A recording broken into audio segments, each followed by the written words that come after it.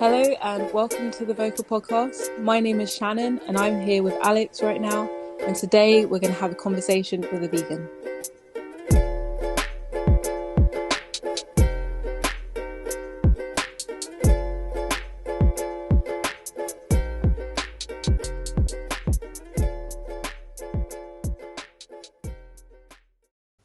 Thank you so much, guys, for tuning in. Last week, I talked to you guys about empathy versus sympathy and what it means for today's society and why it's so important to practice it in 2021. I also talked about it in terms of bettering yourself and how important it is in terms of like self-development. So if you guys like the sound of that, please check it out and look at my previous video. Today's society is becoming more conscious than ever of being more healthy, being more sustainable, being, more conscious of what they're doing to the environment. And one of those things is veganism.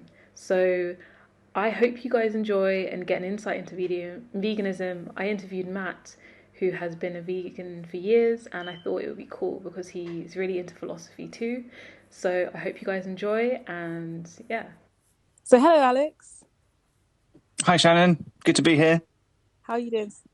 Good having you. Yeah, very well, very well. Get into this and start talking about veganism and what that means to you, and hopefully raise a bit of awareness about what it is a vegan is. More so than we know already, I guess. Most people probably heard nice. a lot. Yeah. So I'm just going to get right in there. Can you just introduce us? Tell us a bit about yourself, a bit about your background and who you are. Yeah, so, who I am, really, what does that mean? Like, people always start with what they do for a job, don't they? But I don't know. I don't buy into all that. But basically, as it pertains to veganism, I'm not an angry vegan, I like to think. I'm a nice, friendly, considerate, thoughtful vegan. Being that I was not vegan for most of my adult life. I only went vegan when I was 32. So, yeah, most of my adult life has been eating McDonald's burgers, not giving it a second thought. So, yeah, I try and kind of have a compassionate outlook to those that are still on their journey, as it were.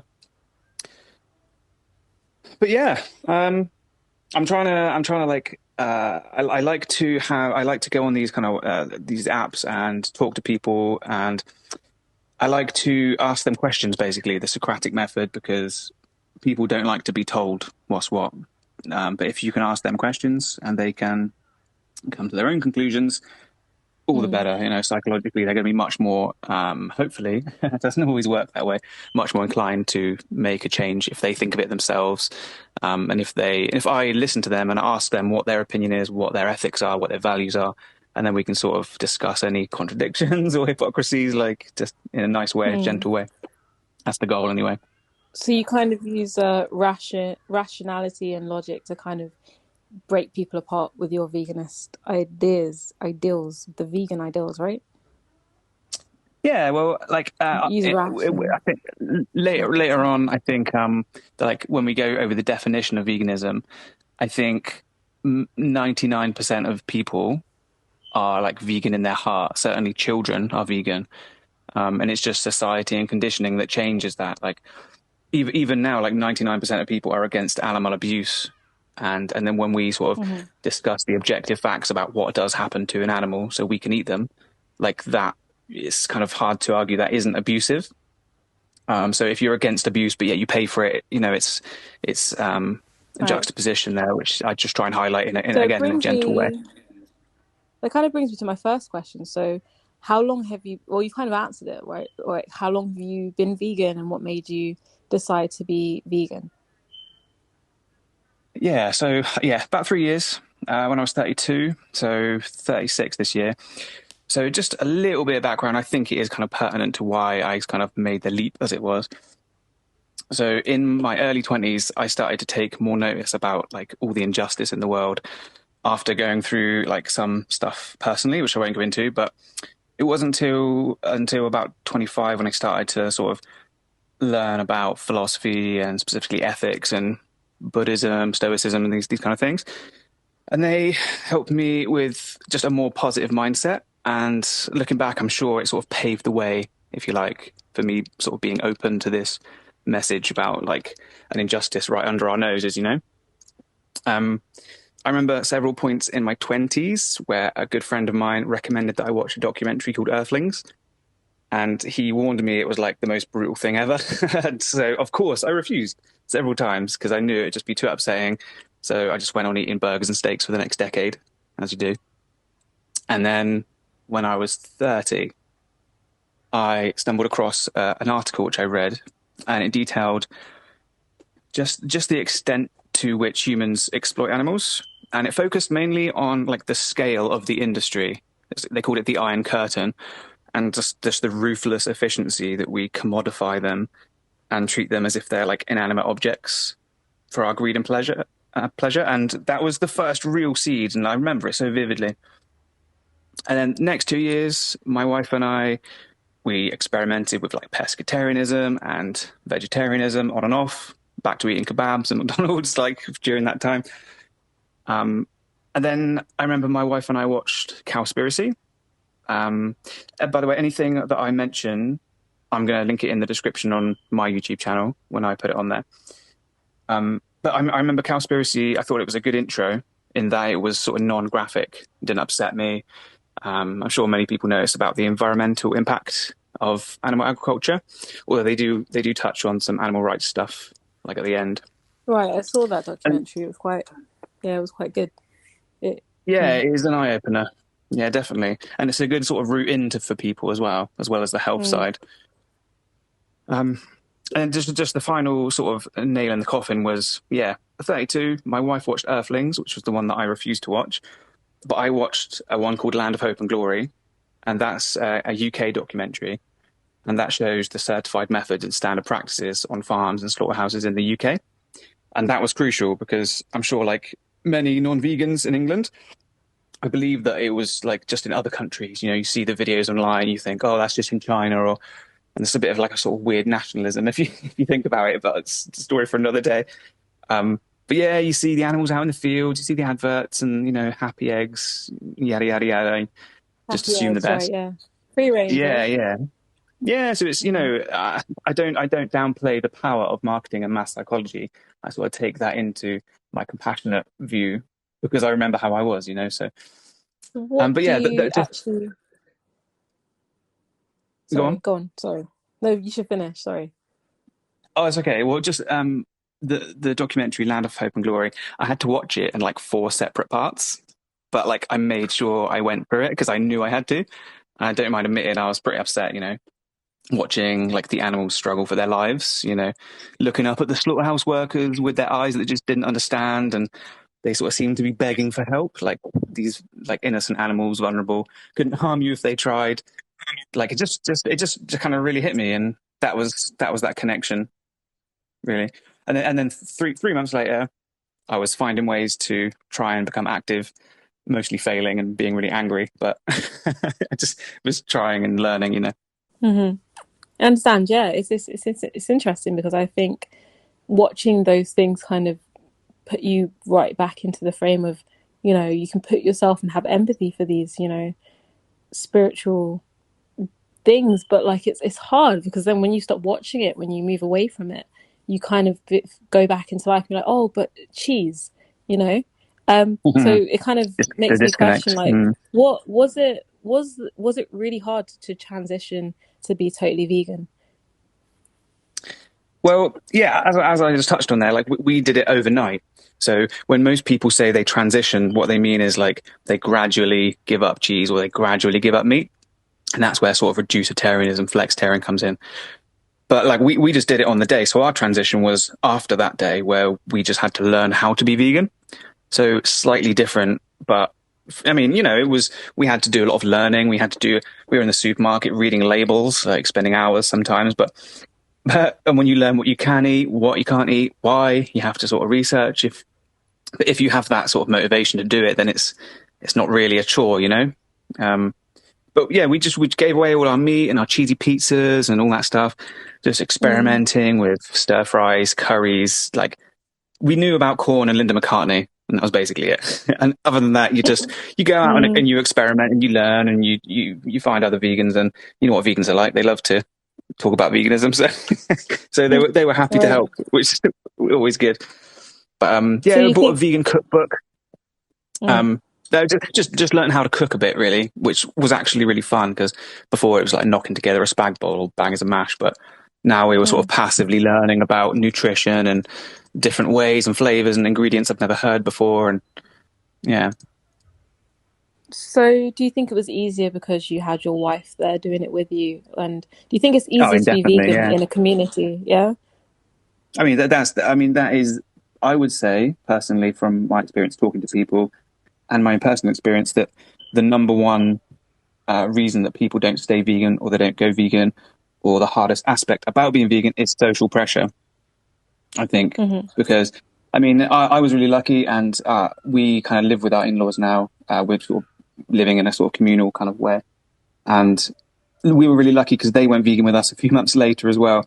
So we've got a little sort of vegan household here. But like, I speak to a lot of people, especially young people, living at home, or they maybe live in a community where, I know vegans always get ragged on, but sometimes if you're like living in the Middle East, or, you know, some country that, or part of the country that is just so anti-vegan that it kind of comes into sort of bullying and some disrespect. I have so much patience for those kind of people, but there's still, you know, it was a lot easier. Yeah, I have my wife, undoubtedly.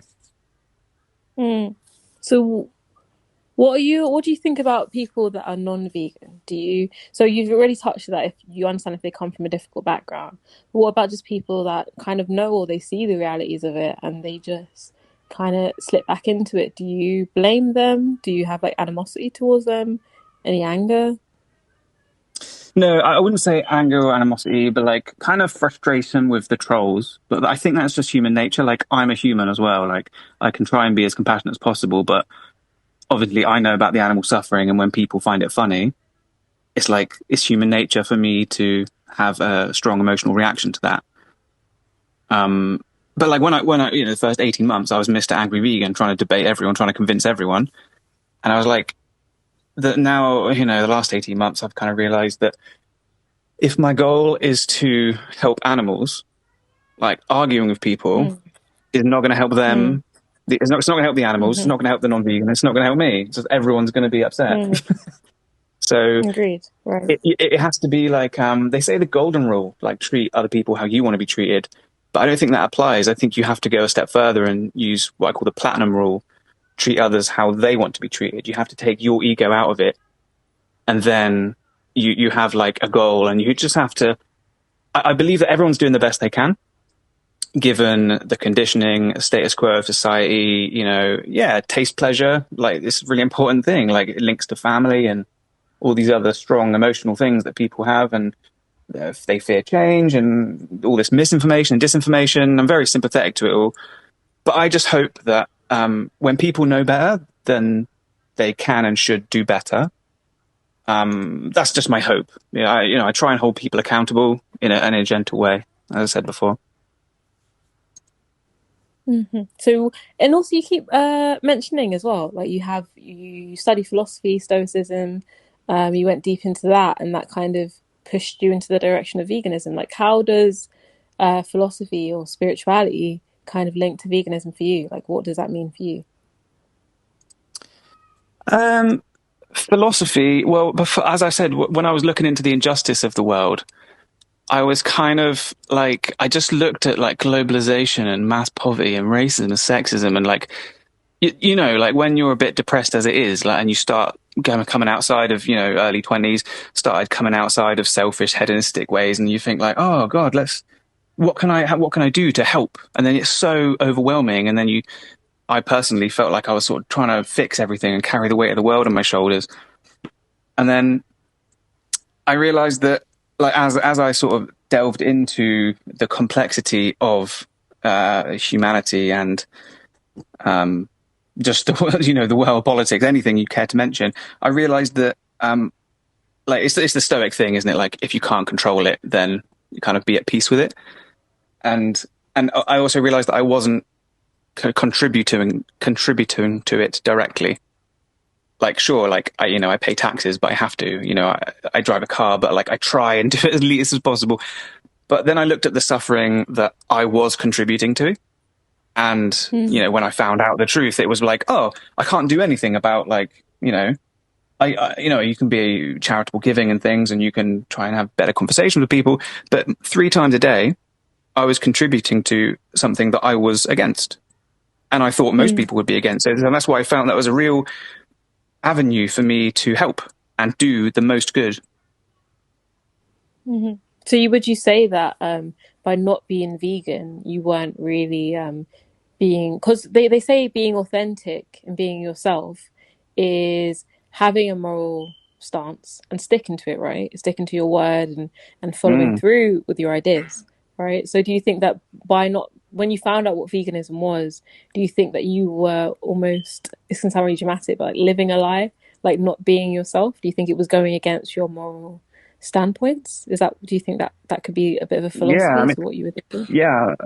They call it cognitive dissonance. When you're presented with an idea that causes you mental discomfort, it's because that new information, you have to assimilate that into your day-to-day life. And if the status quo tells you it's okay and you're able to sort of carry on your existing behaviors despite receiving this new information, that's what causes the kind of jolt in the consciousness. So for me personally, I couldn't then go back because I felt like, well, obviously for me, I had a strong emotional reaction, but I understand everyone's different. So that's just my take on it. But for me, I couldn't live. Well, because every time I saw that product on my plate, I knew the suffering that the individual went through. And I knew I didn't want to contribute to that. I looked at my cat and I thought, no, there's no difference there. So it was super easy, So in that sense, do you think that maybe that you felt better when you turned vegan? Did you feel more like, did your soul feel lighter? Did you feel happier? Definitely. Did you feel like a release? Like, how did it feel to go vegan? It's kind of bittersweet because, as I said, the social aspect was really tricky, and there were a lot of very difficult conversations and relationships I had to navigate and reassess and stuff. And but yeah, in general, like I think John Lennon said, "Never be afraid of the solitude that comes from raising your standards," and that's something that I think kind of links in with Stoicism. And yeah, like I say it is solitude, but yeah, I've got my wife and my family, and we all kind of have this understanding. So that's kind of enough. Yeah. Mm-hmm. Okay, interesting. Very cool. So I've been hearing like, there's vegan, there's vegetarian, you've got pescatarian, and you've got this new thing where people are saying you're plant-based, which is just that you're not vegan, but you're plant-based, which kind of, I think vegans kind of have the philosophy that in all the senses that they protect animals and what they eat, what they wear, and looking after the environment, right? But plant-based is just, you don't eat meat, you don't eat any animals for the products. Is being plant-based and having a plant-based diet enough? Well, yeah, but you said it like it's a diet.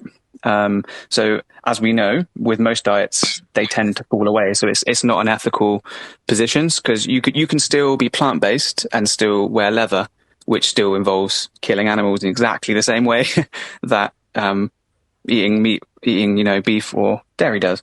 So the ethical side of it doesn't really apply. I mean, it is, of course, it's better to be plant-based, but I just think like there's more leeway for slipping there.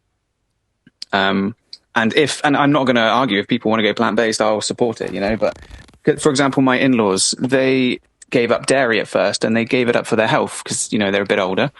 Other people do it for the environment. They become plant-based. And then a lot of people, after doing that first step, will then look into the ethics of it or have it, they'll stumble upon it and they'll be more amenable because they've taken that first step. So it's a really good entry way in. But a lot of vegans say, oh, if you're plant-based, you're not vegan. It is very much a kind of a confrontational thing. You're like, you're not vegan because you're just plant-based. I think like you have to be a bit pragmatic about it, like, but yeah, like in literal terms, a vegan is an ethical position where you're against the abuse of animals, and a plant-based diet is just that, a diet. But Mm, I get you. I get you. I mean, it's really refreshing to actually talk to a vegan that isn't so militant, because I feel like sometimes I have conversations with Yeah, vegan and they come at me like, ah, how could you do this? And with a lot of, because I understand the anger and frustration behind, yeah, the farming industry and how bad it is, but it's, dude, like it's hard. It's very, very hard to give up something that you are addicted to, like literally, So, I feel like a yeah. lot of vegans lack a bit of some. Okay, let's not say a lot. Some vegans can lack a bit of empathy, and I find it refreshing that you can feel that. Which is takes me to my next question: is like, do you think that everybody has the capacity to be a vegan? Do you think everyone can do it? Um, yes. I think that's really like there's two aspects to that question. I think you've got sort of the biological or nutritional, and then you've got so that's like in a perfect world, could everyone be vegan? And then you've got like the reality world, like the when you take into account socioeconomic factors or logistical or political factors that stop people in poverty maybe accessing certain nutrients. Um, so just to say, like the British Dietetic Association and the American Academy of Nutrition and Dietetics, they're the two largest organizations on nutrition in the world. They're independent bodies that follow the consensus of peer-reviewed science, and their position has been that a well-planned vegan diet is suitable for all stages of life, including pregnancy, infancy, elderly, and elite athletes. I'm quoting there. But yeah, like the, there's no nutrient you can't get from plants. Some people will find it harder to transition, and like you just said, like you're addicted to these products, and especially if you eat a heavy meat and cheese and diet. I liken it to if you were to give up like alcohol, your body would react negatively initially, and that might give you the false idea that the alcohol is the good thing and the alternative is the problem. So like I've seen it loads, like people just come off meat and dairy and then they're like, oh, I feel like shit, and then you're like, yeah, because you've been eating so much meat and dairy and now you're like in detox, but for people who have like specific rare dietary conditions, like yeah, it could be harder, but it's still possible because all the nutrients you need are there, like in varying degrees. But that kind of leads into the next point about like globalization and logistics and stuff. So like I wouldn't go Mm. to a homeless person. I wouldn't go to a homeless person and give them aggro about not being vegan. I wouldn't even talk to them about it. Do you know what I mean? Mm. Yeah. um, like, So, the, mm. yeah, go on. uh, to not be vegan, you have to have something kind of weighing you down, right? There has to be a big obstacle there, right? Otherwise, if you can, you Well, I should, think, right? Is that what you're saying? yeah. Well, like I've actually got the definition from the Vegan Society, um, and it says veganism is a philosophy and way of living which seeks to exclude, as far as is possible and practicable, all forms of exploitation of and cruelty to, blah blah blah. So the key point being as far as possible and practicable, and like I think everyone knows in their heart if they're able to do more and if they're doing the best they can, and it's certainly not for me to tell them. But I mean, it is up to me to raise awareness and ask questions that might be uncomfortable because, as hard as it might be for someone, like, although I have empathy for them, like the animals are also victims and they've been victimized far more and for far longer. Do you know what I mean? And for people in like affluent countries, when they say, oh, it's expensive, I'm like, rice, beans, lentils, they're the cheapest things in the supermarket. And they're the foods that the impoverished people around the world are primarily eating. Because I've spoken to people on Wakey, I've spoken to people in Africa and Bangladesh and Iraq, and they're struggling, but they're still doing the best they can to sort of avoid harming animals. So when I speak to someone in England and they're like, oh yeah, but vegan cheese is so expensive, I can't have cheese every day. I'm like, yeah, I know it's hard, yeah. Meanwhile, the dairy cows getting their baby taken away and killed. Do you know what I mean? I'm like, so I have empathy, but yeah, it's not for me to grill them, but I don't know Mm. everyone's circumstances, and but only they do. So it's up to them to sort of hopefully make that diagnosis of their own life. Right. But okay, so what do you say? Because some people, you talk about the animals and say, oh, they're getting their babies taken away from them, and it's hard for them to. You're talking about the animals. What about people that say, animals, they're just animals. We're humans. Animals are there. They will get eaten in the wild, and we're supposed to eat meat. What would you say to that?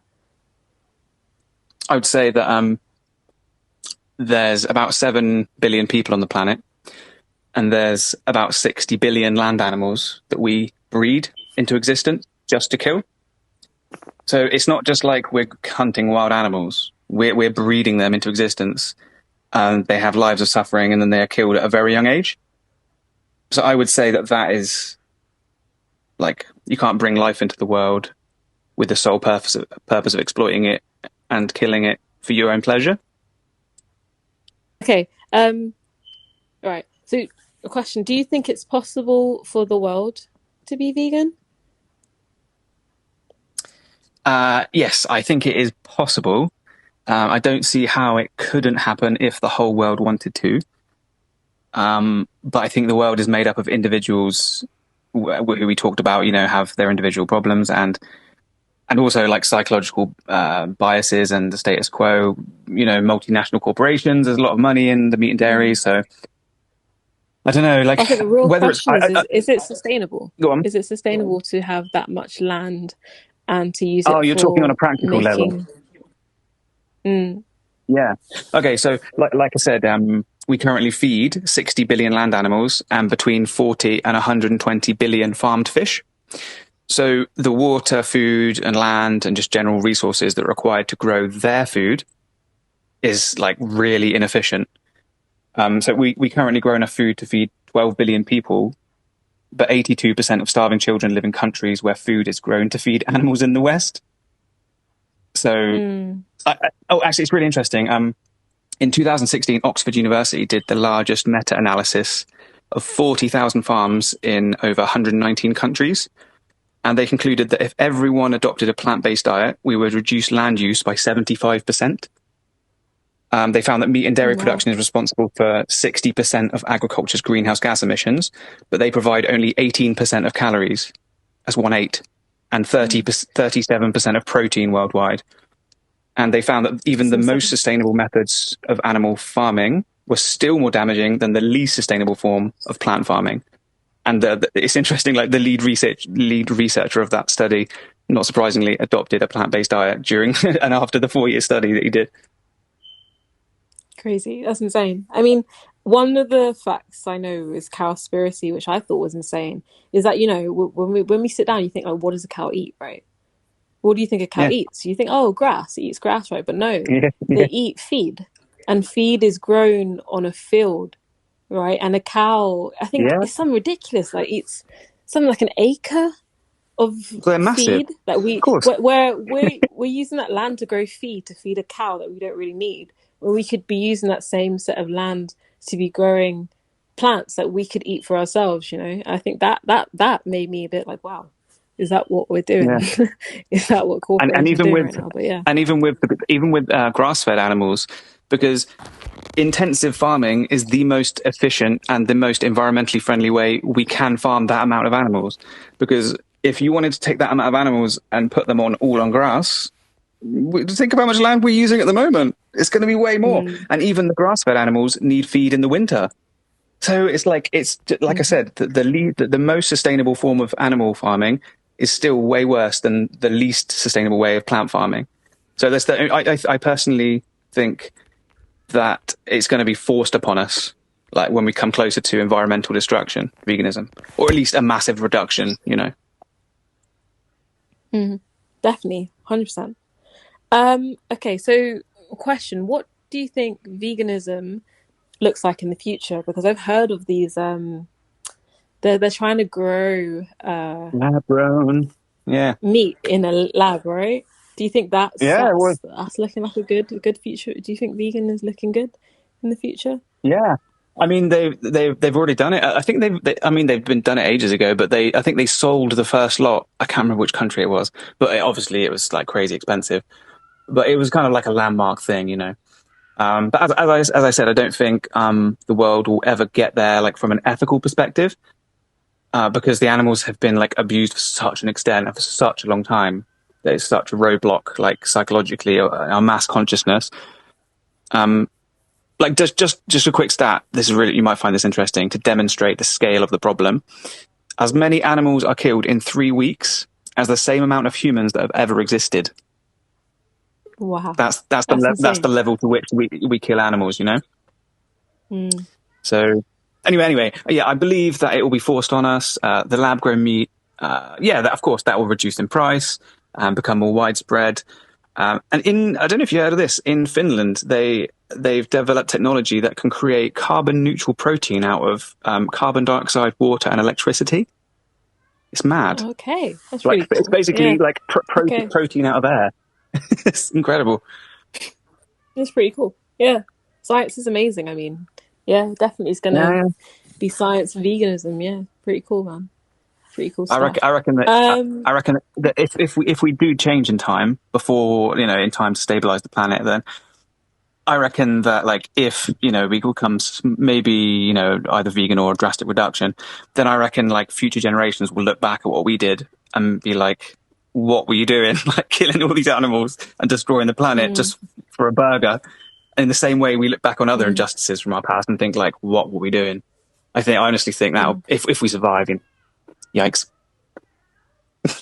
And my final question for you today is, what would you suggest to someone trying to become vegan? So everyone is different, so it's kind of hard to say because, like I said, a lot of people find it useful to go for health and then they're kind of plant-based, but hopefully then they can take the ethical position where it kind of sticks. If they're plant-based and that sticks, that's great as well. But so for me, I needed to watch that documentary and connect and feel the empathy for the animal, to recognize that, like, that product on my plate or in my coffee was an individual or that came from an individual who suffered, So if I can make that connection as opposed to being disconnected from the process, then that just, like I said before, it just becomes easy.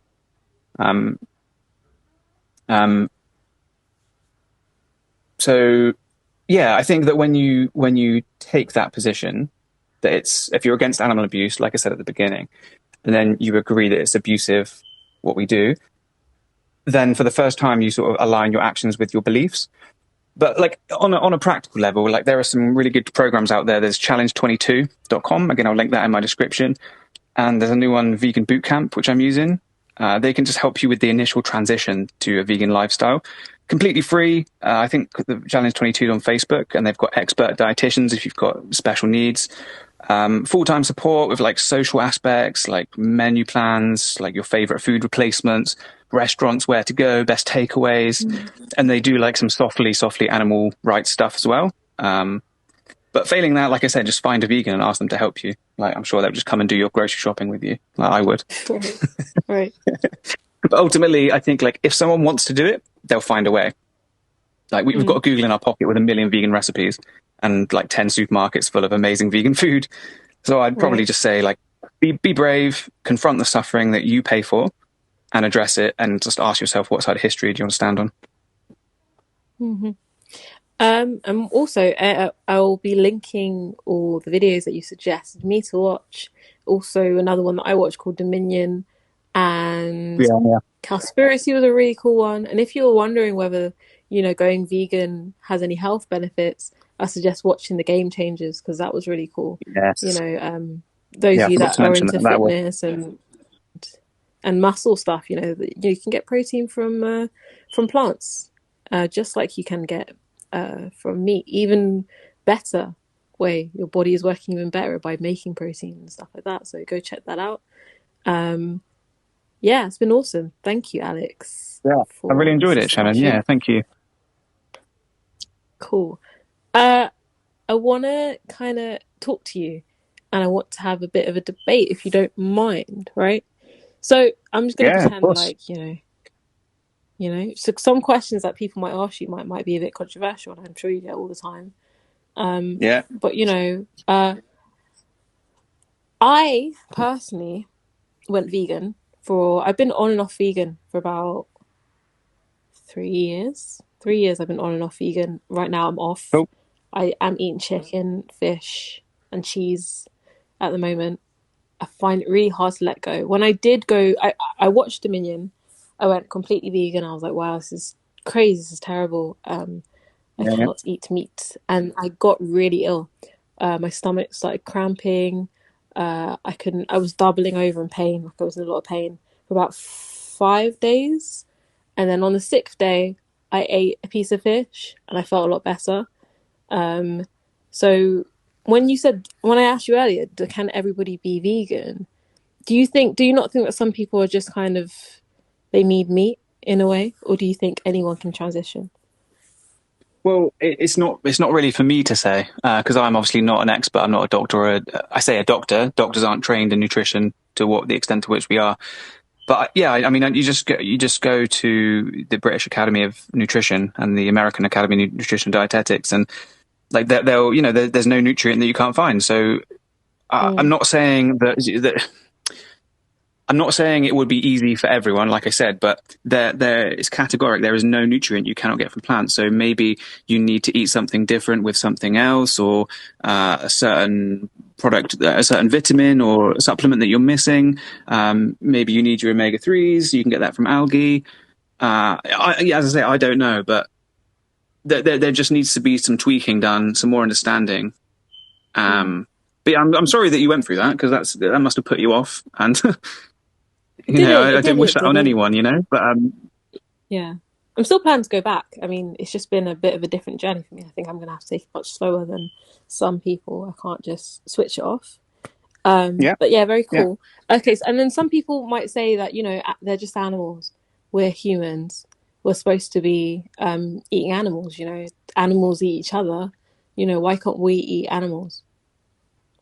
Okay, so this is like there's loads of things I can say about this. So I really like this question because Right. yeah, it's just a really interesting one. So you've got you've got the first thing that people say like the food chain, like animals eat other animals. And so like for example, Mm-hmm. if a lion eats a gazelle, like there's two major Mm-hmm. differences between that act and us eating animals. Is that first, if you accept that, we can be healthy as a vegan, then the lion has to eat the gazelle. It's an obligate carnivore, so they will die if they don't. But if we Mm. can avoid killing, then that would be preferable, because that leads to the second reason that lions can't morally reason, whereas we can. So you wouldn't judge a Mm. lion, you wouldn't say it's morally wrong for eating the gazelle, because it doesn't have moral agency, whereas we do. And also, I want to touch on the other point you said right at the beginning, like animals are animals. And I would Mm. ask, like, what is the trait difference between a human and, say, a pig, that if the human was to lack that trait, would make it okay to kill the human and subjugate them and exploit them? Right. What's the difference between a human and a pig? I guess a human has the ability to create and to express themselves with creativity and stuff like that. Yeah, yeah, that's great. I mean, you can use Good. any trait. You can use intelligence. You can use their ability to reason or create and express themselves. But if you test that trait and say, if I was to find a human that lacked the ability to create and express themselves creatively, would that then justify the difference in treatment? More do you mean? Could you Because go into so more yeah, detail? Mm. so say for example, mentally handicapped people, they wouldn't have that capacity to create and express themselves creatively. So would if it's that trait that justifies the difference in treatment, then it's not that Mm. trait. If you find a human that doesn't have that trait, what it is that they're in your group. They're part of a Mm. group that can create. And I would say that's kind of like arbitrary discrimination. Mm-hmm. It's like any other discrimination. You're saying, oh, they're part of my group, so it's okay. Right. So do you believe that we, as humans, because animals don't look after us, right? Maybe some No. of them do this. Some show bits of empathy here and there. So why do you think that we have a responsibility to look after animals? Do you not think they're just there for food? Um, Well, no. I mean, do you think animals are here with us or for us? They're just with us, aren't they? Yeah, but they're not for us. Like, so it's the same as the environment and the planet and other animals and wild animals. Like, they're not a resource for us to use for our enjoyment or convenience or pleasure or greed. I would say that they have basic moral rights for the same reasons that humans have moral rights, because they can suffer. They have an interest in living. They have a subjective experience. So for those reasons, like, that's what I'm saying about the trait thing. The only traits that matter are those traits. The sufferer, they can suffer, they want to live, they feel emotions, they have families, and we know this scientifically. Right. So also, sometimes I hear, I mean, yeah, I love the point you're saying, makes sense. Great. But some people, I hear them say all the time, plants feel too, right? So Oh my God, I get that all the time, yeah. when you step on there's certain plants that, when there's certain stimuli, certain smells, certain animals coming, they sense danger, they send these plant hormone signals to each other to tell them to, go the other way, or warning signals. It's kind of, some people say this might be proof that they do feel danger and they do want to live. What do you have to say to that? That, maybe eating a plant is just as unethical as eating meat. Did you say as unethical as eating meat? It's equal? Yeah.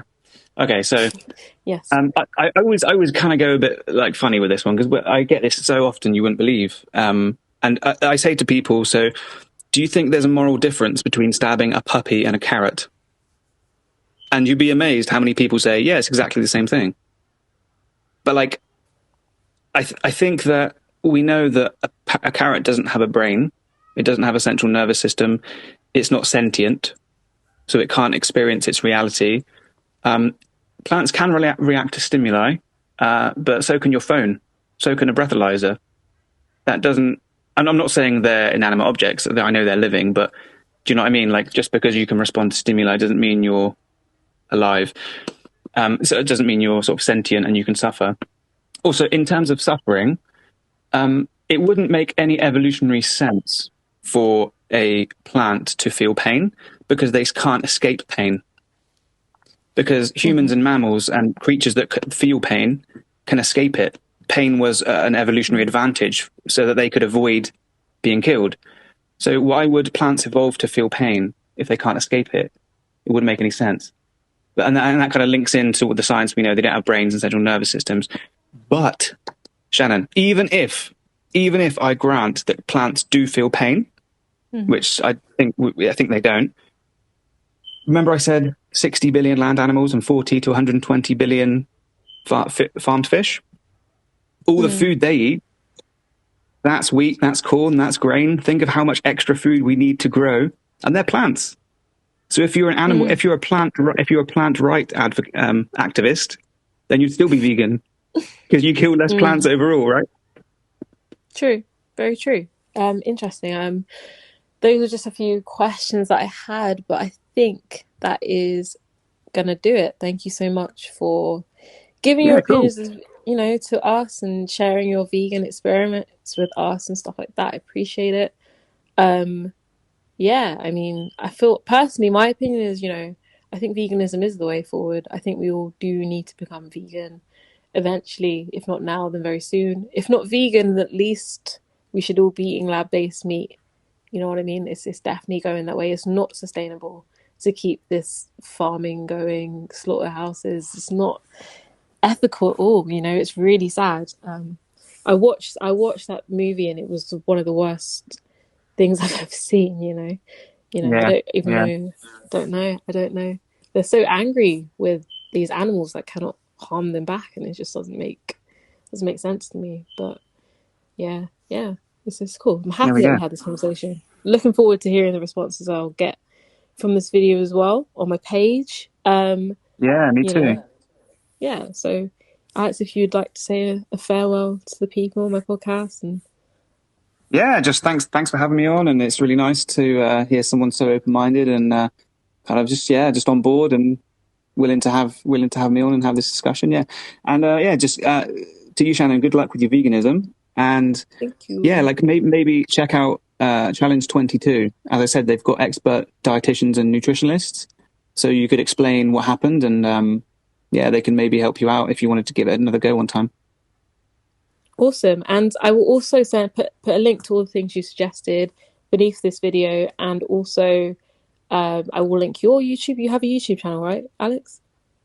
I've got like one video on there at the moment, but it's it's a bloody good video. It's of it's a vegan kids book that my wife and I made, and it was, well, mostly my wife. It was like a labor of love, and I think it's the most heartwarming thing ever. So I would recommend you go and check it out. It's free to watch on YouTube, but if you want to buy it on Etsy, then 100% of the profits go to our local animal sanctuary, Fleece Haven, in North Devon. Oh, awesome. Little pitch Lovely. Sorry. Lovely. I'll definitely link that in the comment below. I'll link all these things, and also if you want to send me the link to your wife's and your children's book, that'd be awesome as well. I love that.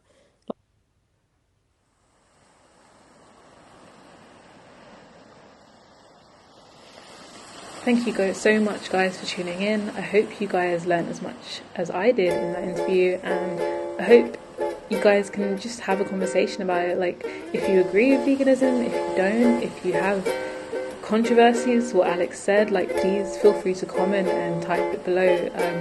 Love the discussion, love the debate, and I appreciate you guys' support and coming through every week and watching. Like, love it so much. So, I hope everyone has a good day and have a good evening.